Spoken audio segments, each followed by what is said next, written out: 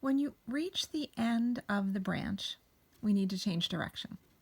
So my game plan is I'm going to go here, down here, do my curls, and then do this as a separate piece.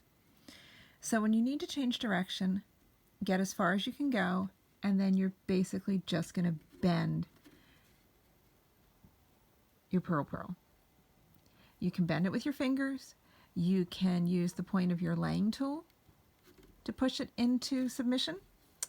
You can also use a fancy gadget called a malure, and that will help you push it where you want it. The most important thing though is you're going to want to put several stitches in the corner. So I just made one stitch, and now with my left hand under the canvas I held onto the thread tightly so nothing could move. I bent the purl. Now I'm going to take my next stitch. Sorry, all you can see are my hands, but I'll move in a minute. So the first stitch was at the corner. This stitch is going to be coming down the side. And remember, all of your stitches should fall in between coils. Keep tension on it. Move to the next stitch. It takes a little wiggling at the beginning because it wants to spring out, and we're trying to control it to not do that.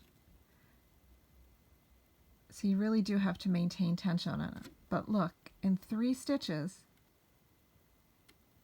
it's staying exactly where I want it. Now, I do have a death grip underneath the canvas.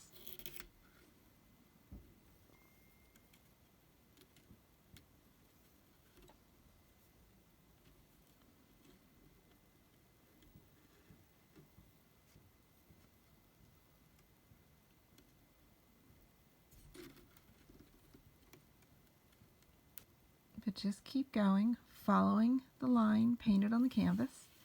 You're not going to be able to get all of these curves that are on the inside.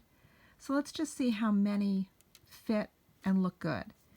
It may just be 1 curve, it may be 2 curves, because we are still working with a grid of canvas underneath. If you wanted to, you could pierce canvas threads. That would give you more options of where you can tack the purl. But right now, we're just going to go for cute and get comfortable with the technique. So keep going. We're going to outline the entire branch this way, and then we'll do something else fun. Okay? Have at it.